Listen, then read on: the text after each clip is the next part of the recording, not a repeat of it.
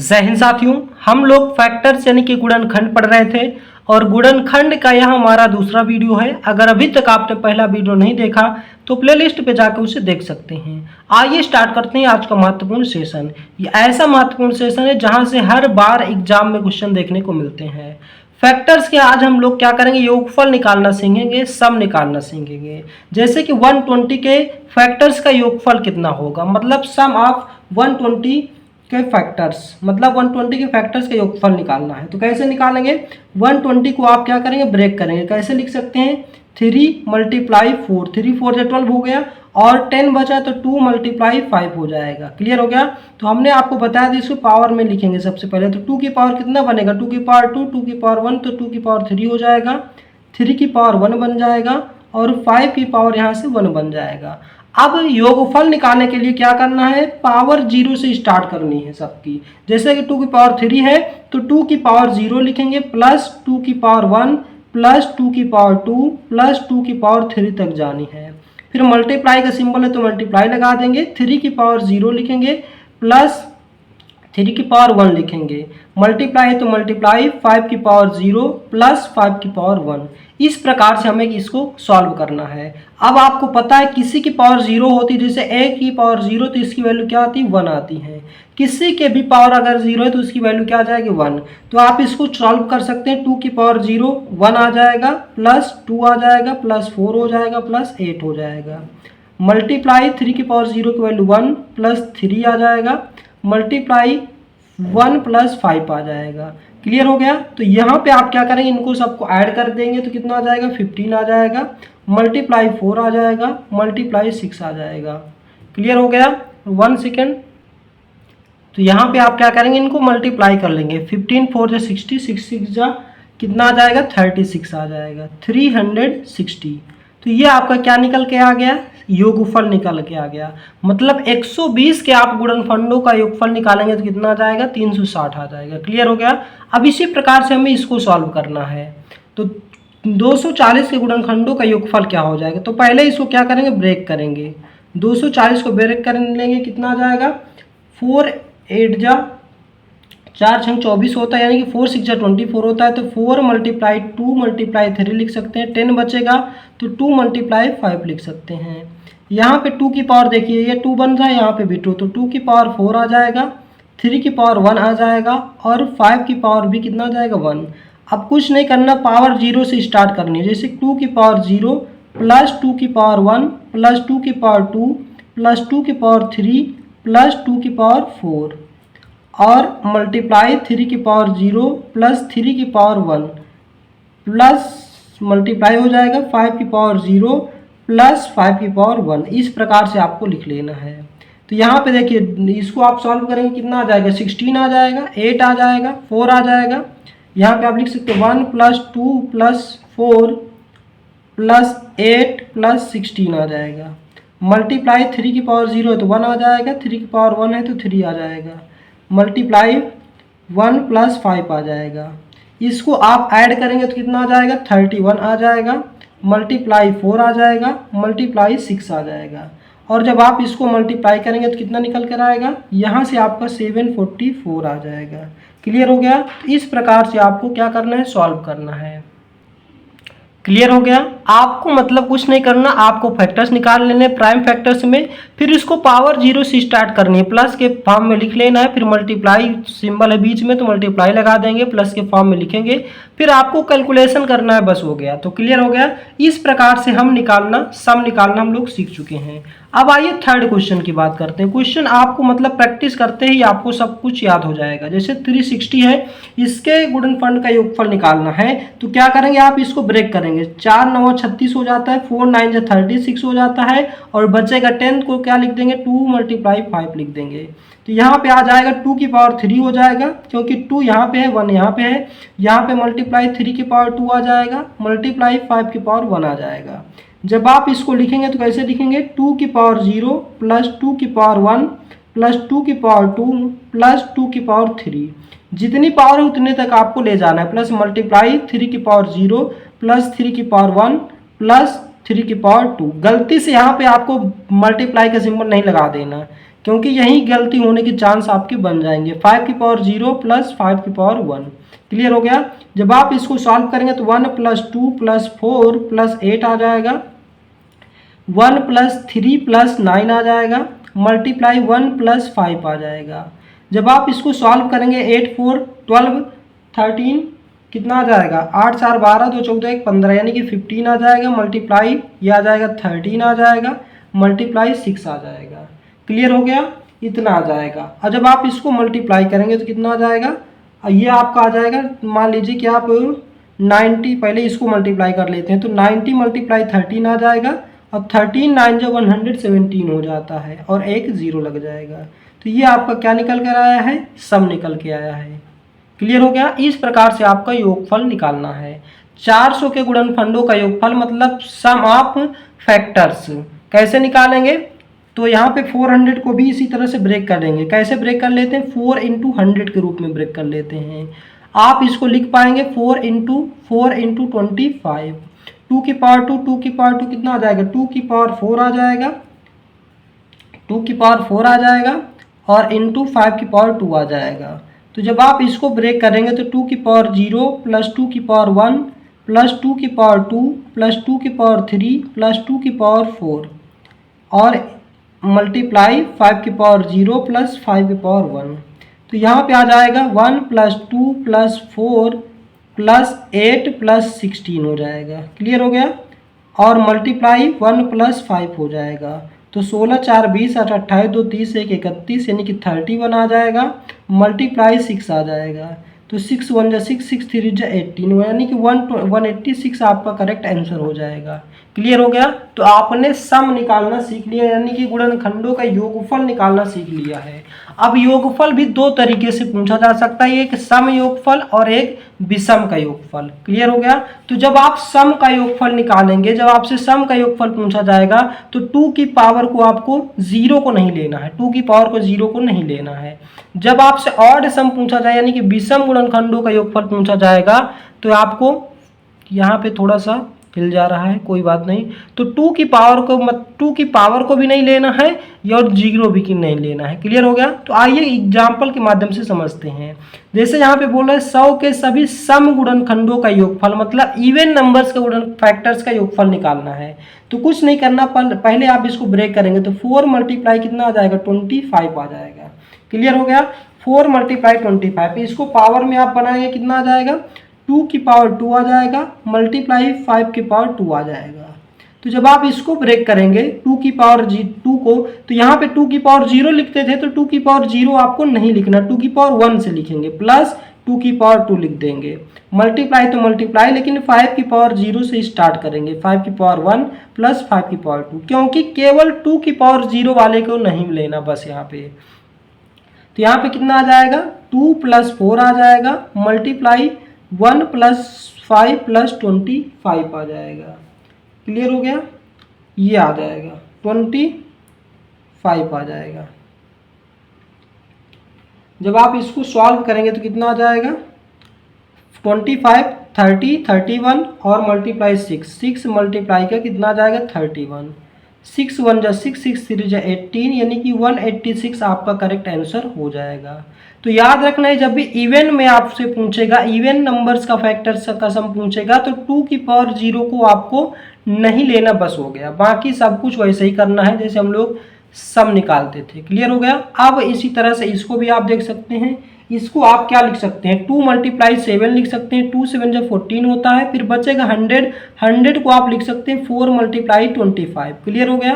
तो यहाँ पे 2 की पावर कितना बन जाएगी, 2 की पावर 2, 2 की पावर 1, तो 2 की पावर यहाँ पे 3 बन जाएगी, और 5 की पावर यहाँ पे 2 बन जाएगी, और 7 की पावर यहाँ पे 1 बन जाएगी।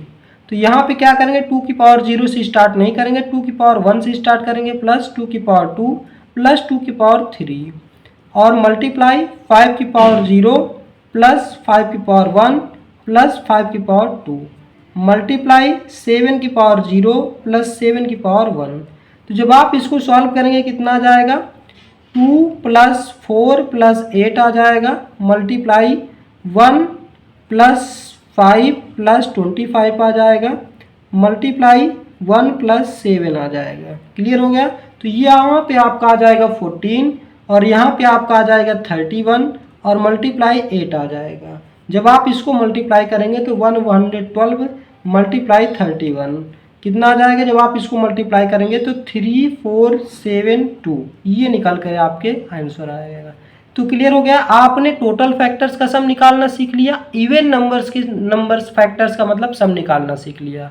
अब हम बात करते हैं ऑड नंबर के फैक्टर का सम कैसे करेंगे। क्लियर हो गया, तो ऑड नंबर वाले में हमने अभी क्या बताया कि आपको 2 की पावर वाले को लेना ही नहीं है, कोई भी पावर नहीं लेना। जैसे 60 को आप ब्रेक करेंगे, कैसे ब्रेक करेंगे? 4 3 जा 12, 12 5 जा 60 हो जाएगा। तो जब आप इसको बनाएंगे तो 2 की पावर 2 में बनेगा, मल्टीप्लाई 3 की पावर 1 बनेगा और मल्टीप्लाई 5 की पावर 1 बनेगा। तो हमने क्या बताया, जब इवन मतलब विषम गुणनखंडों का योगफल पूछेगा तो 2 की पावर एकदम से नहीं लेना, बस आप 3 और 5 को यहाँ पे बनाएंगे। तो 3 की पावर 0 प्लस 3 की पावर 1 मल्टीप्लाई 5 की पावर 0 प्लस 5 की पावर 1। तो यहाँ पे आप सॉल्व करेंगे तो 1 प्लस 3 आ जाएगा मल्टीप्लाई 1 प्लस 5 आ जाएगा। तो यहाँ पे 4 मल्टीप्लाई 6 इक्वल टू कितना आ जाएगा? 24 आपका करेक्ट आंसर हो जाएगा। क्लियर हो गया। तो जब भी आपसे ऑड नंबर का सम, ऑड नंबर के मतलब ऑड नंबर के फैक्टर्स का सम पूछेगा तो आपको 2 की पावर को आपको लेना ही नहीं, कुछ भी हो वहाँ पे, मतलब 2 के वाले मतलब पावर को लेना ही नहीं है। क्लियर हो गया। अब इसी तरह से 360 का भी निकालेंगे। 360 है तो यहाँ पे आप इसको क्या लिख सकते हैं? 4 9 जा 36 और 10 बचेगा तो 2 मल्टीप्लाई 5 लिख देंगे।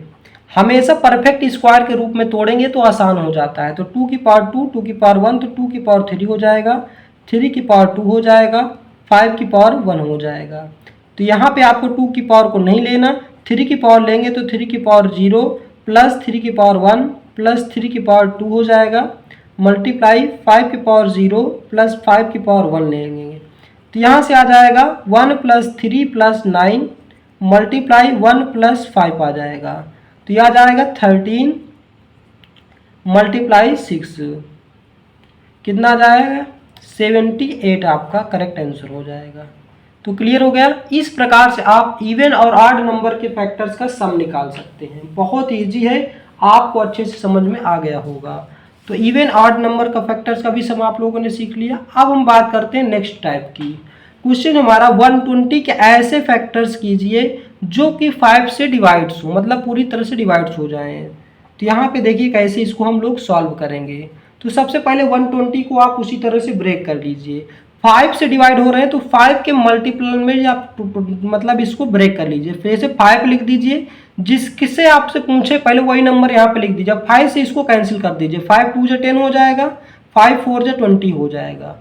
अब 5 को ही आपको छोड़ देना है, बाकी इस 24 वाले को प्राइम फैक्टराइजेशन के रूप में ब्रेक करेंगे। 24 को ब्रेक करेंगे कितना आ जाएगा? 3 8 जा 24, तो 3 की पावर 1 हो जाएगा मल्टीप्लाई 2 की पावर 3 हो जाएगा।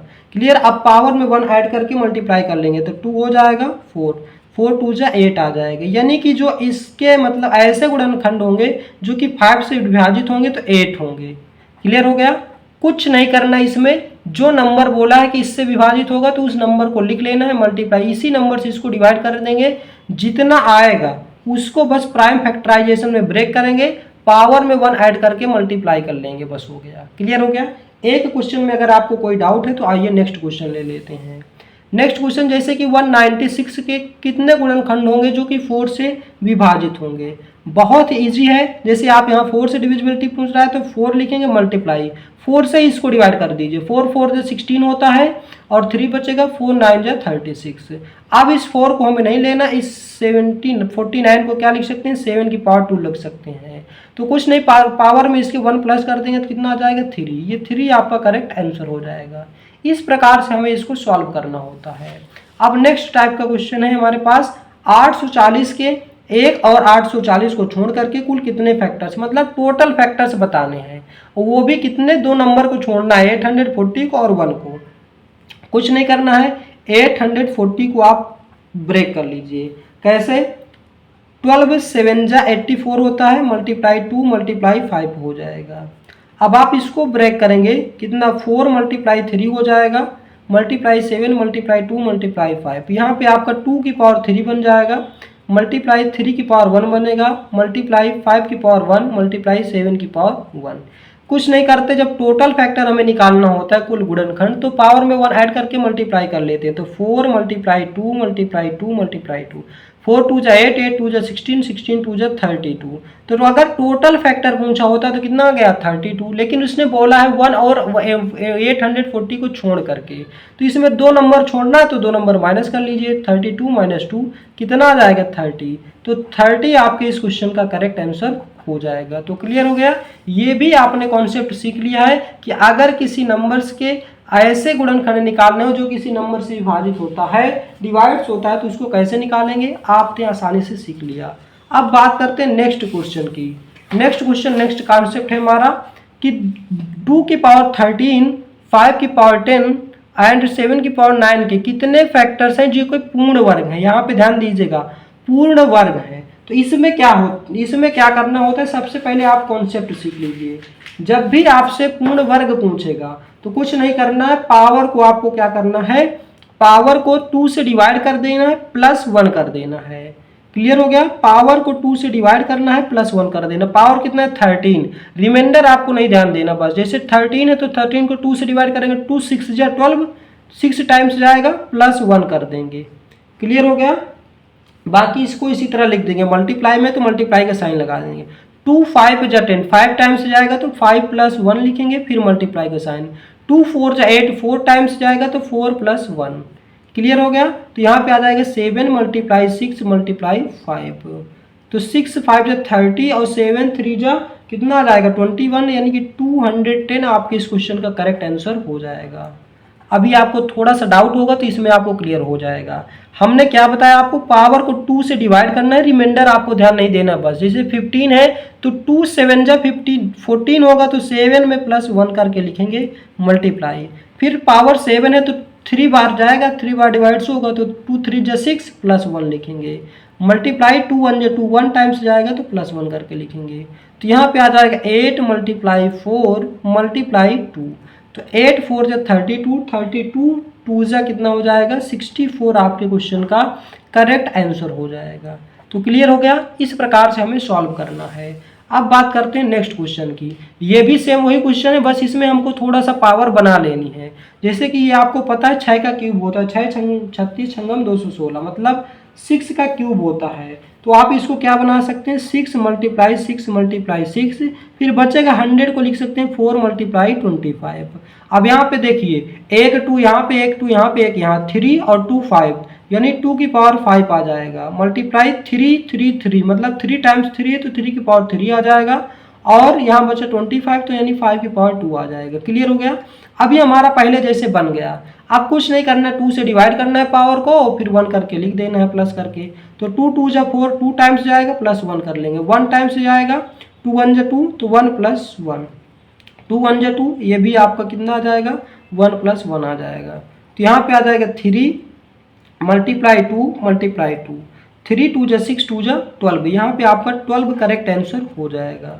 तो क्लियर हो गया, ये आपने बहुत अच्छे से सीख लिया। यहाँ पे ध्यान देना है, जब आपसे पूर्ण वर्ग निकालने की बात करेगा, कहेगा कि ऐसे कितने गुणनखंड हैं जो कि पूर्ण वर्ग हैं, तो आपको पावर को 2 से डिवाइड कर देना है, प्लस 1 करके लिख लिख के मल्टीप्लाई कर लेना है। जब आपसे पूर्ण घन निकालने की बात करेगा, परफेक्ट क्यूब निकालने की बात करेगा, तो पावर को 3 से डिवाइड करके प्लस 1 कर लेना है। क्लियर हो गया कॉन्सेप्ट क्लियर हो गया है। तो आइए सॉल्व करते हैं नेक्स्ट क्वेश्चन हमारे पास n इक्वल टू 2 की पावर 6, 3 की पावर 8, 5 की पावर 4। तो n के कितने फैक्टर्स हैं जो कि पूर्ण घन है। क्लियर हो गया, सेम वही क्वेश्चन आ गया पूर्ण घन वाला। तो क्या करेंगे, पावर को 3 से डिवाइड करेंगे, कितनी टाइम्स जाएगा 3 2 जा 6, 2 टाइम्स जाएगा तो 2 प्लस 1 करके लिखेंगे, मल्टीप्लाई का साइन लगाएंगे। ये भी 3 2 जा 6, 2 ही टाइम्स जाएगा तो 2 प्लस 1 करके लिखेंगे, मल्टीप्लाई 3 1 जा 3, 1 टाइम्स जाएगा तो प्लस 1 करके लिखेंगे। जब आप इसको सॉल्व करेंगे तो कितना आ जाएगा 3 मल्टीप्लाई 3 मल्टीप्लाई 2, 3 3 जा 9, 2 जा 18, आपके इस क्वेश्चन का करेक्ट आंसर हो जाएगा। तो बहुत इजी है, कुछ नहीं करना, पावर को 3 से डिवाइड करना है, प्लस 1 करके मल्टीप्लाई करके लिख लेना है। क्लियर हो गया। अब बात करते हैं नेक्स्ट क्वेश्चन की। नेक्स्ट क्वेश्चन हमारा 2 की पावर 9, 3 की पावर 5, 7 की पावर 4। तो कितने गुणनखंड यानी कि फैक्टर्स हैं जो कि परफेक्ट क्यूब हो यानी कि पूर्ण घन है। तो कुछ नहीं करना, आप इसको भी उसी तरह से करेंगे। सबसे पहले पावर को 3 से 3 बार जाएगा, 3 3 जा 9, तो 3 + 1 लिखेंगे, मल्टीप्लाई 3 1 जा 3, 1 टाइम्स जाएगा तो +1 करके लिखेंगे, 3 1 जा 3, 1 टाइम्स जाएगा तो 1 का, रिमाइंडर आपको नहीं ध्यान देना बस। तो 4 × 2 आ जाएगा, 4 2 जा 8, 2 जा 16 आपके इस क्वेश्चन का करेक्ट आंसर हो जाएगा। तो क्लियर हो गया, एक एक क्वेश्चन आपको अच्छे से समझ में आ रहा होगा। यकीन मानिए दोस्तों, इस चैप्टर को पढ़ने के बाद आप किसी भी एग्जाम में बैठेंगे, इस तरह के क्वेश्चन आपके कभी गलत नहीं होंगे और एक एक क्वेश्चन आपके इसी में से फंसेंगे। अब जैसे इस तरह से पूछ लेता है x² - 7x + 12 = 0 का एक गुणनखंड है यानी कि फैक्टर्स है। तो कौन सा फैक्टर ये बताना, चाहे तो आप बाई ऑप्शन कर लीजिए, चाहे तो आप इसका फैक्टर्स निकाल लीजिए। फैक्टर्स कैसे निकालते हैं, जैसे फैक्टर्स निकालते हैं तो जैसे 4 3 जा 12, तो x² - 4 + 3 हो जाएगा और x + 12 हो जाएगा इक्वल में 0। तो x² माइनस का 4x माइनस का 3x + 12 हो जाएगा इक्वल में 0। यहाँ से x कॉमन लेंगे तो एक ब्रैकेट में x - 4 बचेगा, -3 कॉमन लेंगे तो x - 4 बचेगा। तो एक ब्रैकेट में x - 4 आ जाएगा, एक ब्रैकेट में x - 3 आ जाएगा। क्लियर हो गया। x - 4 तो यहाँ पे कहीं ऑप्शन में नहीं है, तो x - 3 है, तो x - 3 यानी कि ऑप्शन नंबर ए यहाँ पे आपका करेक्ट हो जाएगा। लेकिन आपको इस तरह से अगर फ्रैक्शन नहीं आता फैक्टर्स निकालना, तो आप बाई ऑप्शन चले जाइए, इसको इक्वल में 0 ले लिए तो यहाँ से x की वैल्यू क्या आ जाएगी, +3 आ जाएगी। यहाँ से इक्वल में 0 लेंगे तो x की वैल्यू क्या आ जाएगी, -3 आ जाएगी।